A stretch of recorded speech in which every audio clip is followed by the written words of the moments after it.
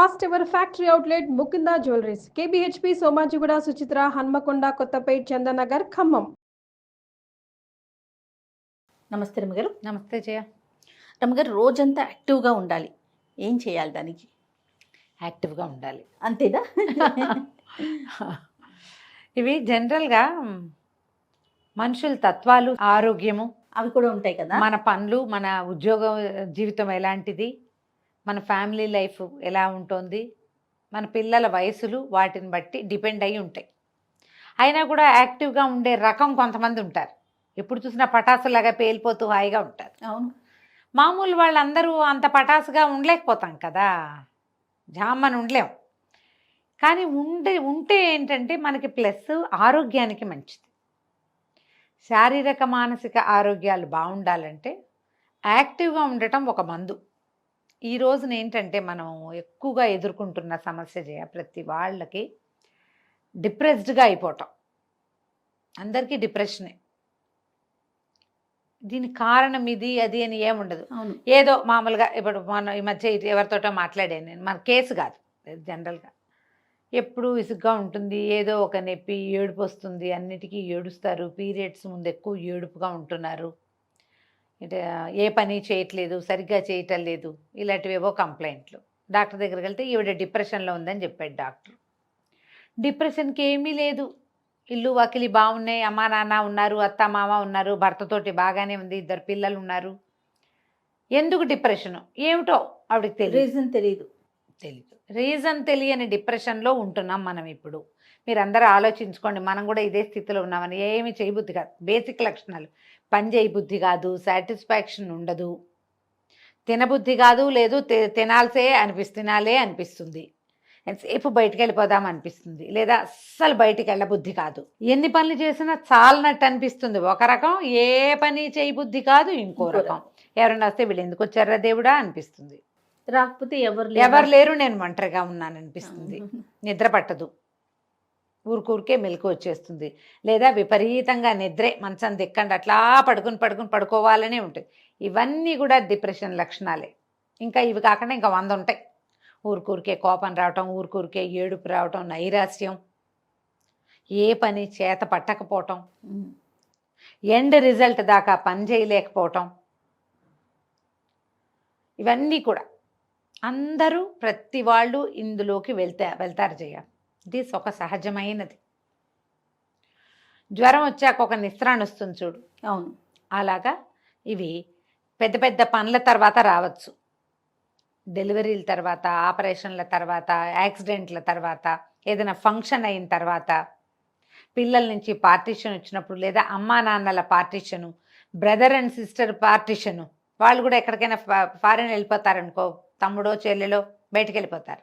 అప్పుడు భర్తలతోటి కొంచెం సెపరేషన్ వచ్చినా, ఏదైనా చిన్న సెపరేషన్లు, వాళ్ళు ఏదో ఊరు వెళ్తారు, అలాంటప్పుడు కూడా రావచ్చు.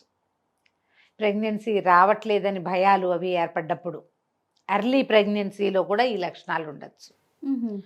మనం ఇలా ఉన్నాము అనుకుంటే దాంట్లో నుంచి బయటపడేందుకు ప్రయత్నం చేయాలి. అది ఎట్లా, ఎంత సింపుల్గా చేయాలంటే మనకి ఎలా తెలుస్తుంది? అలా అడుగుతారు. కాదు, మనం చీకట్లో ఉన్నాం, లైట్ వేసుకోవాలని మీకు ఒకళ్ళు చెప్పాలా? మనకు అర్థమైపోతుంది కదా ఆటోమేటిక్గా కదా. మీరు ఆలోచిస్తే మీకు అర్థమవుతుంది. ఏమిటి, నేను ఇలా పప్పులో ఉన్నాను, నేను ఇలాగే ఉండాలి, ఇలాగే ఉండొచ్చు అనుకోవద్దు. ఎప్పుడు ఇలాంటి నైరాశ్యాల్లో ఎవ్వరూ ఉండకూడదు, ఉండక్కర్లేదు. దానికోసం ట్రై చేయాలంతే. మీరు యాక్టివ్గా ఉండే పర్సనాలిటీ అయినా, లేదా మీరు యాక్టివ్గా ఉండాలి అని భావించినా మీ చుట్టూతా ఇది చేరదు, ఇది పోతుంది. ఒకవేళ వచ్చినా దాన్ని మనం తన్నేస్తాం, ఏదో దారిలో కనపడుతుంది, దాన్ని తోపు తోసి మన దారిని మనం ముందుకు నడిచి వెళ్తాం. మీరు ఆలోచించి చూసుకోండి. ఇది 14-16 ఏళ్ల వయసు అప్పటి నుంచి మొదలుపెట్టి 60-70 ఏళ్ళ దాకా ప్రతి ఆడవాళ్ళు ఎదుర్కొంటారు. అవును, గమనించండి. మీ పిల్లలు డల్గా ఉన్నా, లేదా విపరీతంగా తినేస్తున్నా, సరిగ్గా మాట్లాడరు, ఎవరైనా వస్తే లోపలికి వెళ్ళిపోతారు, ఏది కొన్నా సాటిస్ఫాక్షన్ ఉండదు, ఇవన్నీ కూడా ఇలాంటివే. ఇది పెద్ద స్థాయి కాదు, చిన్న లెవెల్. దాన్ని సరి చేసుకోవాలి. యాక్టివ్గా ఉంటే ఇవి తగ్గుతాయి. యాక్టివ్గా ఉండటానికి ఏం చేయాలి? ఇది బేసిక్ థింగ్. ఏం చేయాలంటే early to bed early to rise. Okay. రాత్రిళ్ళు పడుకోండి, పెంద్రాళే పొద్దున్నే లేవండి. ఏదైనా 100% ఫిజికల్ ఎక్సర్సైజ్ ఉండాలి. ఏమీ చేయలేరు మీరు, ఎక్సర్సైజులు రావు ఏమిటో జిమ్లో చేరే కెపాసిటీ లేదు మనకి, మన వల్ల కాదు. ఇంట్లో చేయండి, వాకింగ్ చేయండి, నడవండి, యోగా చేయండి. సులువు తక్కువ ఖర్చుతో అయిపోయే యోగా క్లాసులు కూడా దొరుకుతాయి. మెట్లెక్కి దిగండి, శుభ్రంగా నడవండి 1 గంట సేపు. ఏదైనా ఇంట్లో పని చకచకలాడుతూ చేసేసేయండి. ఏదైనా వంట చేయండి. శరీరానికి శ్రమ. సర్దటము, పనులు చేయటము, మొక్కల దగ్గర పని చేయటము, పైకి కిందకి నడవటము, ఎవరికైనా సహాయం చేయటము, ఎవరి పనులైనా చేసి పెట్టటము, ఏదో ఒకటి చేసి మిమ్మల్ని మీరు యాక్టివ్గా ఉంచుకోండి.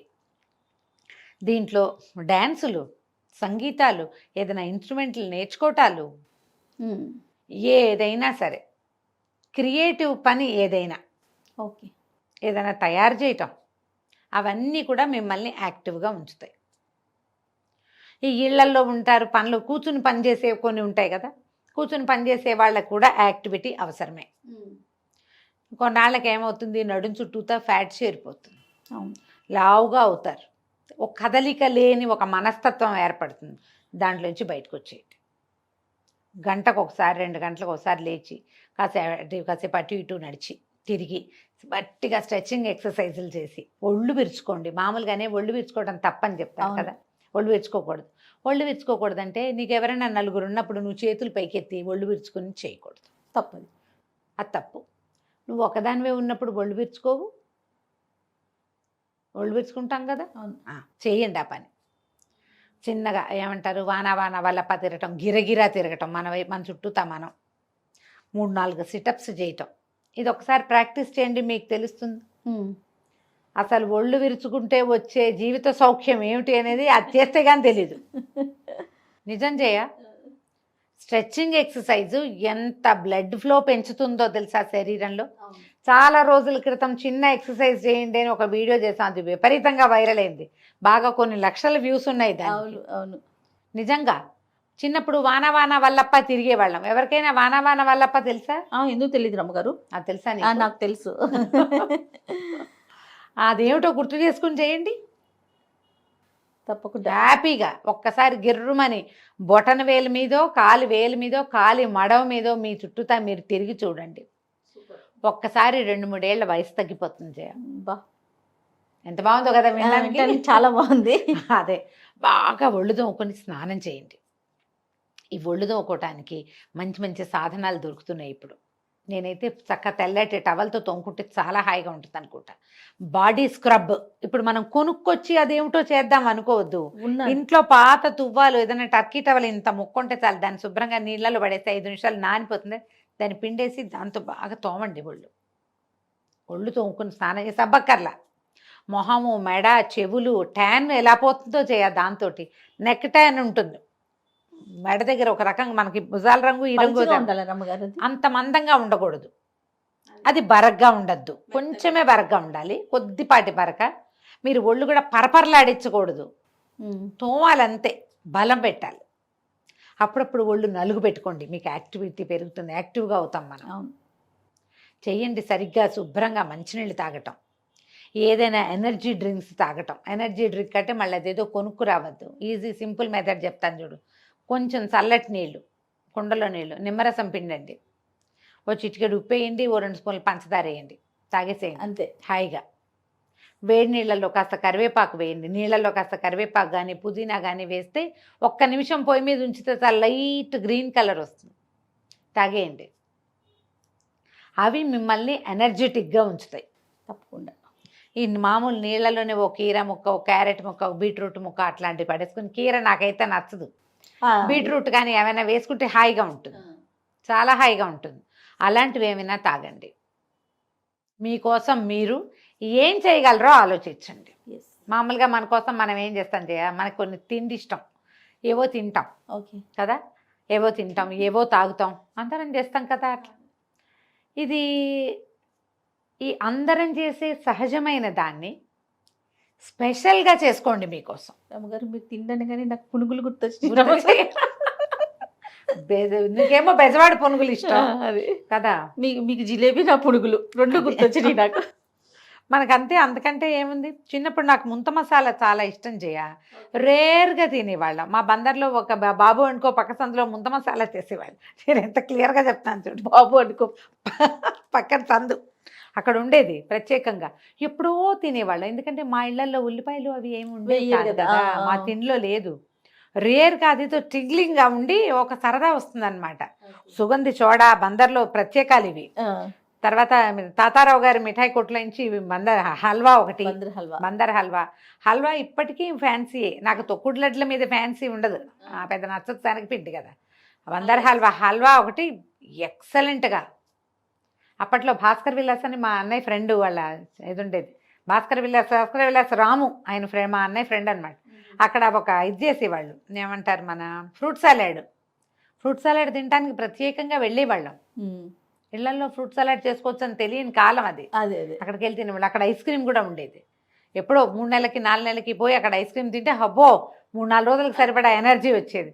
అలాంటివి ఇప్పుడు ఎప్పుడు అవే తింటున్నాం. ఇప్పుడు బయట తిండి ఎక్కువైపోయింది మనకి.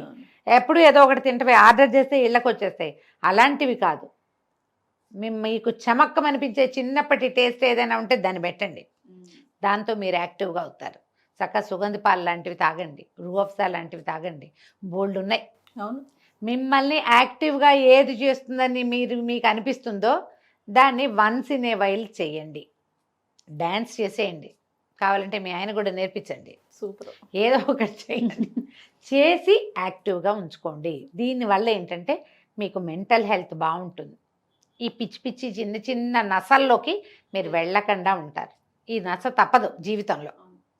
దాని నుంచి బయటపడేందుకే ప్రయత్నం చేయండి ఎప్పటికప్పుడు. రమ్మగారు 10 to 6 సిస్టమ్స్ ముందే కూర్చుని పనిచేసే పిల్లల్నే చూస్తున్నాం ప్రెసెంట్. వాళ్ళు ఎట్లా అంటారు? వాళ్ళు ఇంతే 1-2 గంటలకు ఒకసారి లేవటం, కిందకెళ్ళి ఏదైనా తాగి రావటం, ఎక్కడికైనా నడవటం, కాసేపు అట్లా గాల్లోకి వెళ్ళటం, గట్టిగా గాలి పీల్చి వదిలిపెట్టడం, ఒక 5-6 సార్లు ఫుల్గా గాలి లోపల తీసుకోవాలి, మళ్ళీ బాగా వదిలిపెట్టాలి. అప్పుడు ఏమవుతుంది, ఎనర్జైజ్ అవుతుంది బాడీ. అటు ఇటు తిరిగి కాస్త చిన్న స్ట్రెచ్చింగ్లు చేయటం, వంగి ఏదైనా తీయటం, ముందుకి వెనక్కి ఇట్లా బాడీ ముందుకు వంచడం, వెనక్కి వంచడం, 2-3 సార్లు చేసేసరికల్లా యాక్టివ్గా అవుతారు. మీరేం చేస్తారు, ఇలా కూర్చునే వాళ్ళు ఇంత తినకండి, ఇంతంత తింటూ ఉండండి. ఇంత తింటే అంతేమీ ఒళ్ళు రాదు. అంత కదలకుండా కూర్చున్నప్పుడు ఎక్కువ తినేస్తే కడుపు నిండా తిన్నామనుకో ఇప్పుడు కష్టం. చిన్న బైట్స్ కనుక తీసుకుంటే ఏదైనా స్మాల్ బైట్స్లో ఏవైనా కొంచెం తినచ్చు. ఎక్కువ వెయిట్ రాని పదార్థాలు కనుక తింటే మనం ఈ ఫ్యాట్స్ లేకుండా బాగానే ఉంటుంది, యాక్టివ్గానే ఉంటారు మీరు కూడా. కానీ వారంలో ఒక 2-3 రోజులైనా కనీసం ఒక మంచి ఎక్కువ ఎక్సర్సైజ్ ఉంచుకోవాలి ఎవరైనా సరే, అంతే కదా. రైట్ రమ్మ గారు, నమస్తే. నమస్తే.